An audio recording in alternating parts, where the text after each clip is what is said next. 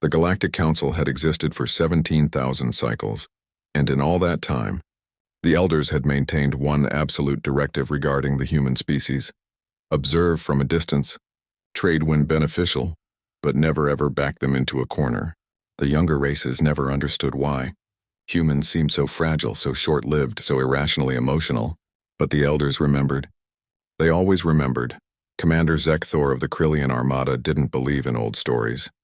His warships descended upon the human colony of New Montana like steel rain, their weapons arrays casting violet shadows across the sprawling ranches below. The settlement was small, barely 3,000 souls scattered across the dusty plains of Kepler 442b. Intelligence reported minimal defenses, some aging orbital platforms, a handful of patrol craft, nothing that could stand against his battle group. Seal all exit vectors, Zekthor commanded from his flagship's bridge. I want every ship, every shuttle, every escape pod grounded. These humans have been smuggling Terran cattle across our borders without proper permits. Today they learn respect for Krillian authority. His tactical officer, a young soldier named Vex, hesitated.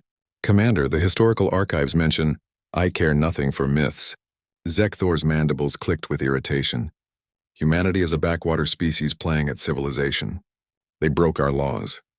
We will collect fines, confiscate property, and establish a permanent garrison. Simple. Down on the surface, Katniss Murphy stood in the main street of Redemption Township, watching the alien warships blot out the twin suns.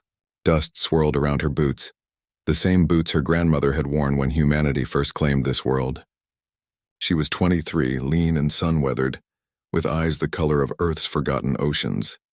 They're blocking the gates, Neo called out, running up beside her.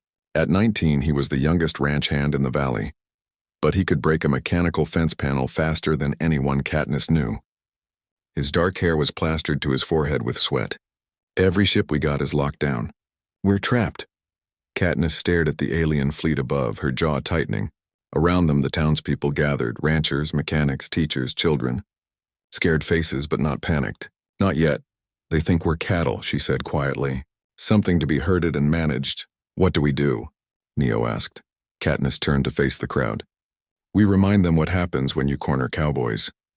The plan formed quickly, built on desperation and inherited stubbornness. While Zekthor's forces landed at the spaceport, confident in their technological superiority, the humans scattered like dust in wind. They abandoned the town center, retreated to the ranches, and waited. They're not even fighting, Vex reported, confused. They've just disappeared into the countryside. Cowards, Zekthor sneered. Send ground teams to round them up. This ends tonight. That was his first mistake. The Krillian soldiers moved in formation through the ranch lands, their sensors tracking heat signatures across the plains. But the humans knew this land, every canyon, every dried riverbed, every cave system carved by ancient waters. Katniss led a team through the northern sector, moving like shadows. Neo commanded the southern approach, his young face grim with purpose. When the aliens entered the Johnson Ranch perimeter, the earth itself seemed to turn against them. Cattle, massive genetically enhanced earth cattle weighing 2 tons each, stampeded through their lines. Not random panic, but directed chaos driven by riders the Krillians couldn't track. Their advanced sensors, calibrated for military targets, couldn't distinguish between livestock and humans using thermal camouflage. In the confusion, Neo's team struck. They didn't use plasma rifles or energy weapons.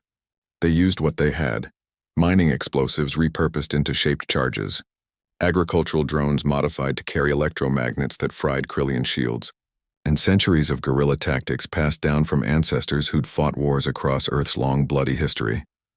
Fall back.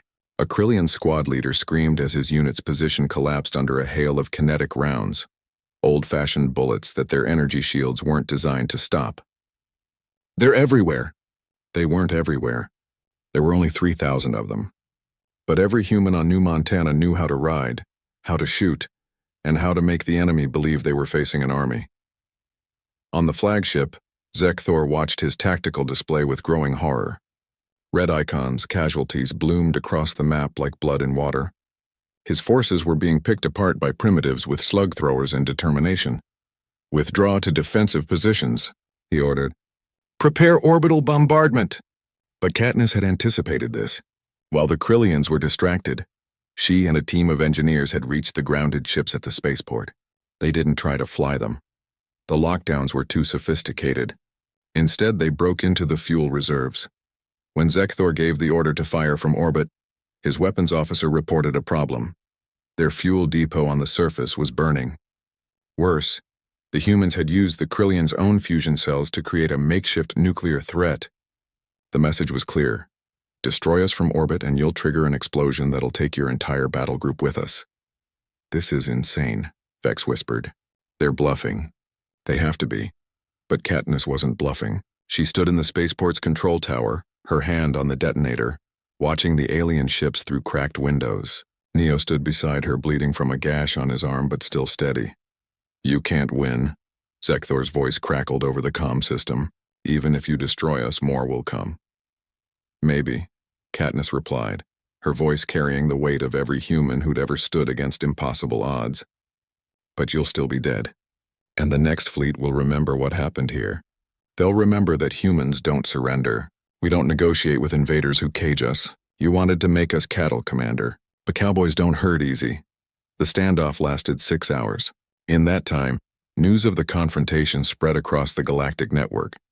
And on distant worlds, the Elders watched with knowing eyes.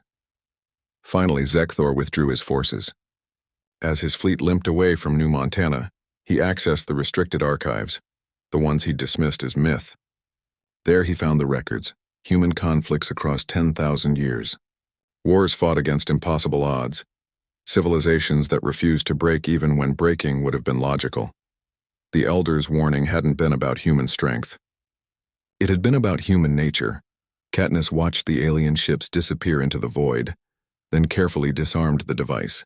It had been real, they'd never been bluffing. She looked at Neo, at the tired faces of her people, and allowed herself a small smile. Think they learned? Neo asked. Maybe, Katniss said. But if they didn't, we'll teach them again. Above them, the twin suns of Kepler 442b set over the ranch lands, painting the sky in shades of orange and red, the colors of home, of blood, of humanity's eternal refusal to kneel. The Elders had warned them, never corner the Cowboys.